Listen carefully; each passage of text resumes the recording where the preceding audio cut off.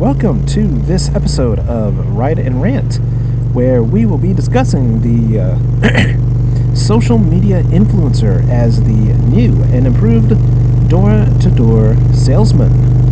The door-to-door salesman as the new influencer. You know, as a millennial, a lot of younger generations probably don't even remember the concept of the door-to-door salesman. You know, we see them depicted in, movies and TV shows a lot, where they're, going through the neighborhood, they knock on the door, and usually it's set like the 1950s or 60s, something like that. But, he's selling a blender or pots and pans set or something like that. And usually it's the guy that's carrying around stuff in the trunk of his car.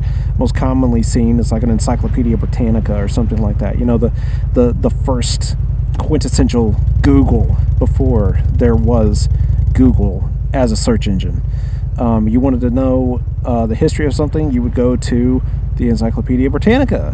However, the interesting thing is that we're kind of seeing that a little bit transitioning into what we have as the modern influencer. You hear on the news a lot, people are giving up work, they're giving up looking for jobs, they don't want to work, they're lazy, all this other type of stuff. And the fact is that people are not giving up on work. What they are doing, however, is they're giving up on a broken system, and they're turning to the only other alternative that they know, especially younger generations, and that is social media. What a lot of younger generations are seeing, from millennials on down, Gen Y, which is millennial, Gen Z, and now Gen Alpha, I guess, is what they're starting over with. Most prominently, Gen Z right now are the ones that are like in their early 20s, they're getting out of college, they're starting to get into the workforce, and they're looking for a job. That this degree and this hard 4 years of proving that you could actually commit yourself to something, actually what it was advertised to be at all. The traditional job market anymore feels inaccessible, and in some cases very hopeless. I mean, because you've got businesses that used to have such anonymity to their existence, to their connection with the outside world, to where it was kind of like, don't call us, we'll call you type of a mentality. And it's just gotten worse over the years with the advent of quote unquote so-called professional social medias, such as LinkedIn being one of the latest ones. Degrees, applications, interviews, it's like none of it guarantees anything anymore. I mean, you've got ghost jobs that are out there. You've got people that have applied to the same position over and over and over if the automated system, the ATS, the automated tracking system, will even allow that. And then whenever you've got interviews that, my goodness, 7 years ago, it was unheard of to go through, 2 or 3 rounds of interview, let alone 6, 7, 8 that some of these people are actually reporting having to sit through and go through the ringer. It's really unbelievable. Hence, everyone is giving up on the job market the way that it stands right now, because the market is closed. And it's closed because it is currently out of order entirely. Essentially, we're dealing with a system that is not even broken. People will comment on this online very heavily. The system is broken, this thing is broken, that thing is broken. It's for the new people that get into that mentality, whether they've recently been laid off, whether it is something that they are just now having to become aware of and deal with in their daily lives because they don't have a job anymore. It's not a matter of the system being broken. The fact is that the system has been abandoned. And we are seeing this more and more with the advent of AI coming in.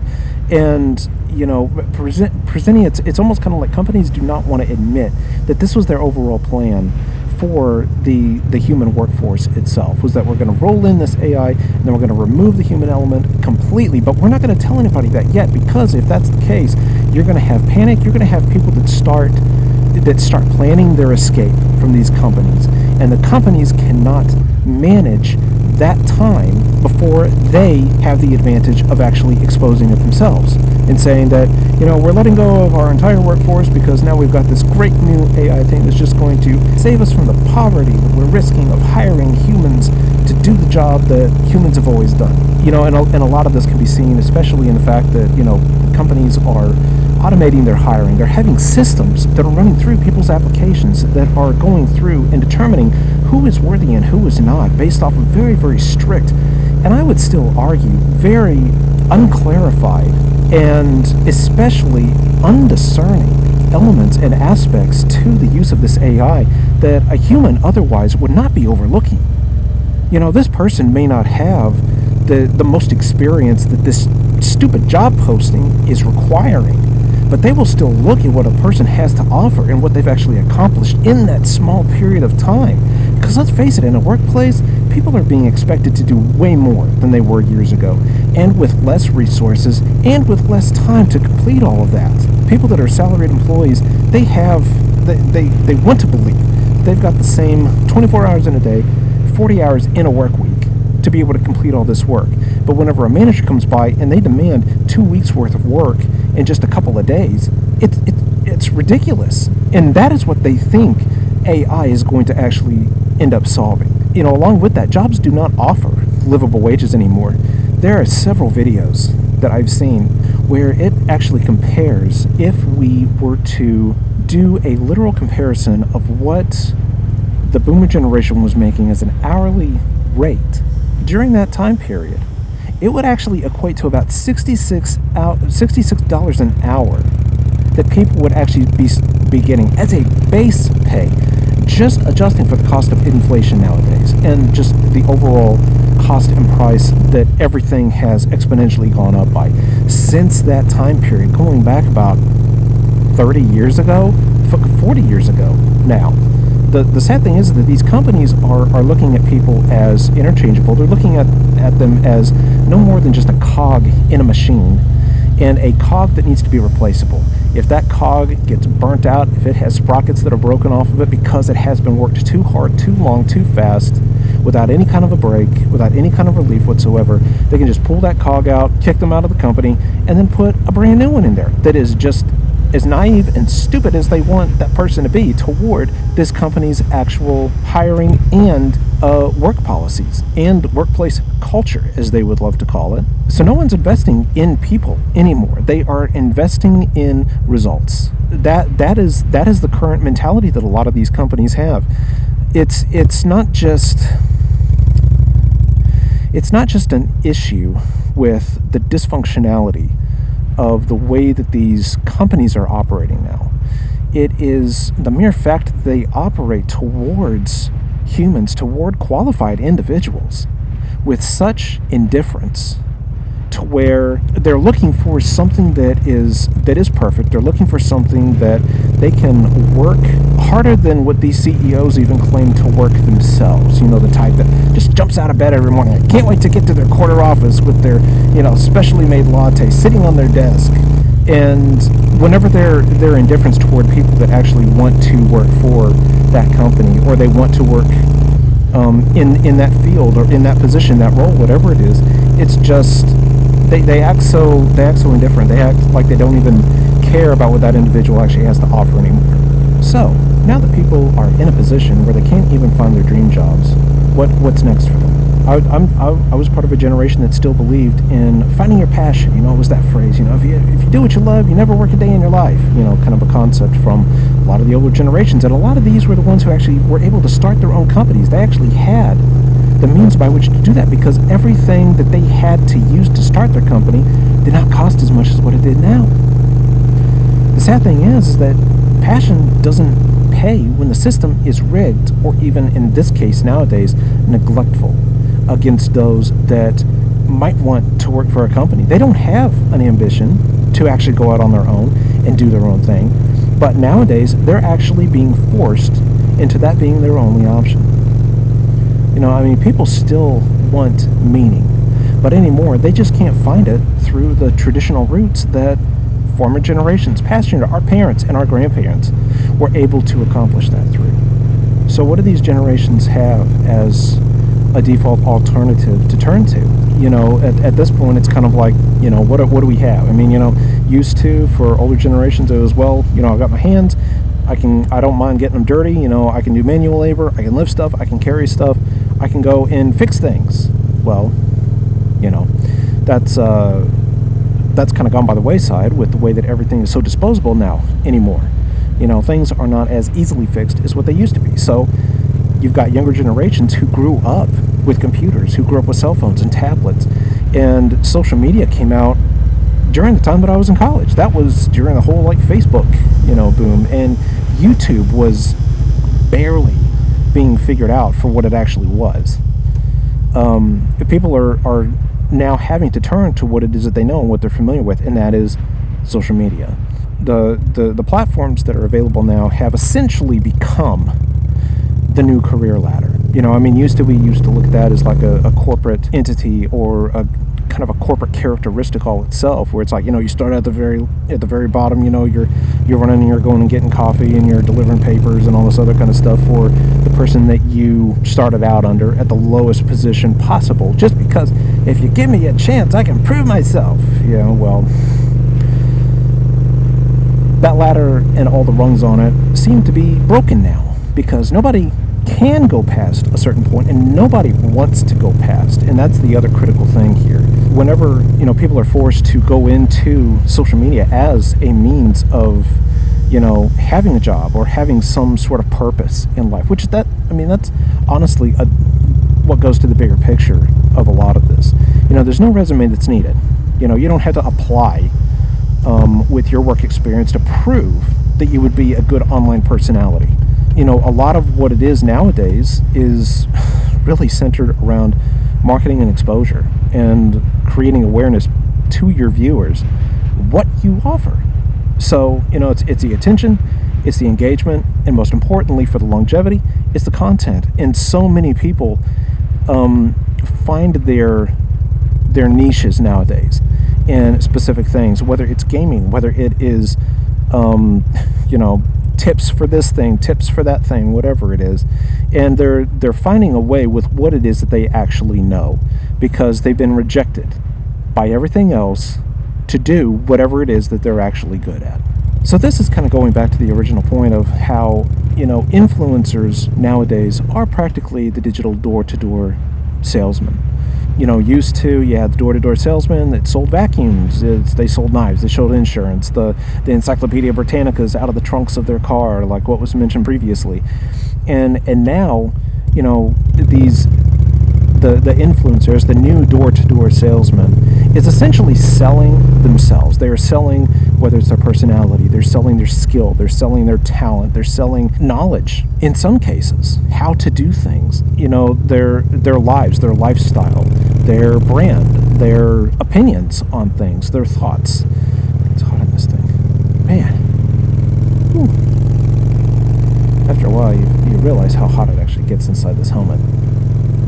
And, of course, the hustle that they have nowadays, door-to-door salesmen, it's like however many houses they could hit within one day, or how many houses within a neighborhood, or how many neighborhoods within a town or a city. And nowadays, it's, the classic run-on phrase. It's like, share, and subscribe, comment in the DMs, post comments, repost this, spread the awareness, get everybody else to get involved in my content, and to share my content, and all of the self-promotion that goes along with that. And I would say that this is probably one of the hardest things, especially for any kind of introverts that have found themselves in this position of having to go into another line of work, especially if it's one that is social media related. Because, it's true that they don't have to be in actual physical contact with people like they would have been in an office previously. Maybe they were working from home, didn't even have to worry about that whatsoever, but still you'd have those weekly meetings. And now they're being forced to put themselves out there and essentially sell themselves and who they are and what their talent is for whoever the average individual consumer may be.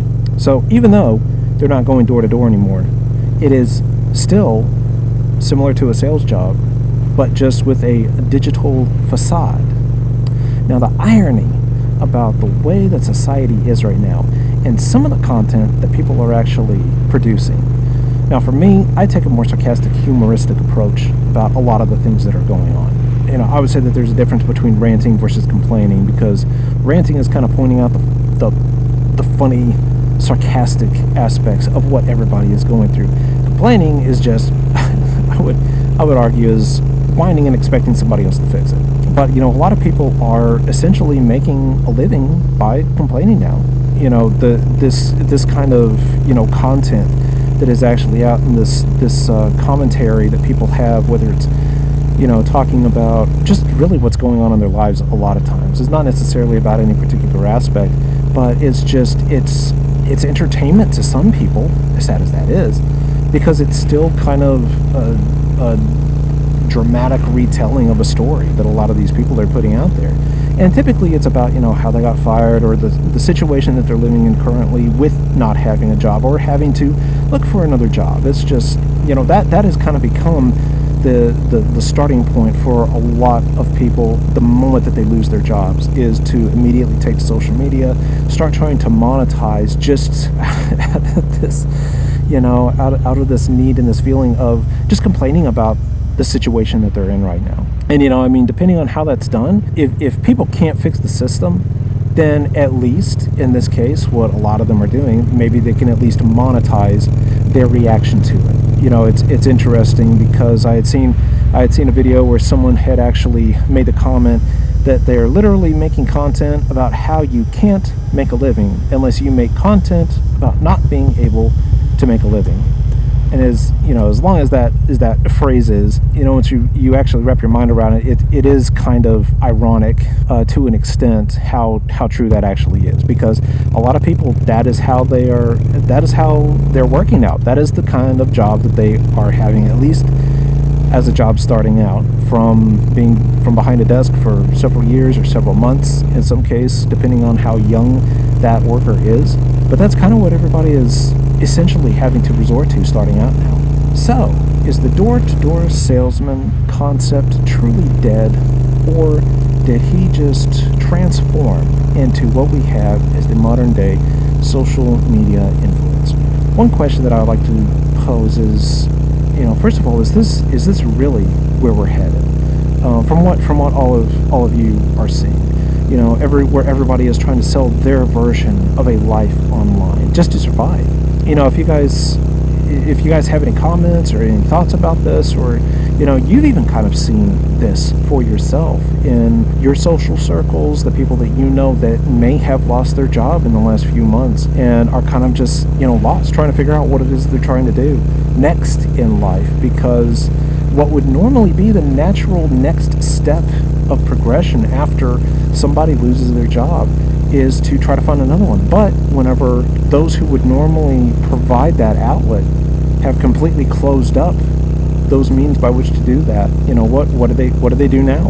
And that also brings up the question too, if nobody is able to get a job anymore and nobody is able to get the kind of pay and wages that they were before, yet these companies are pushing forward with a lot of their production and continuing to produce things even with a smaller workforce, where do they think the customers are going to come to buy these things if there is no jobs to make the money, to provide the income, to actually be able to spend on these companies' manufactured products anymore?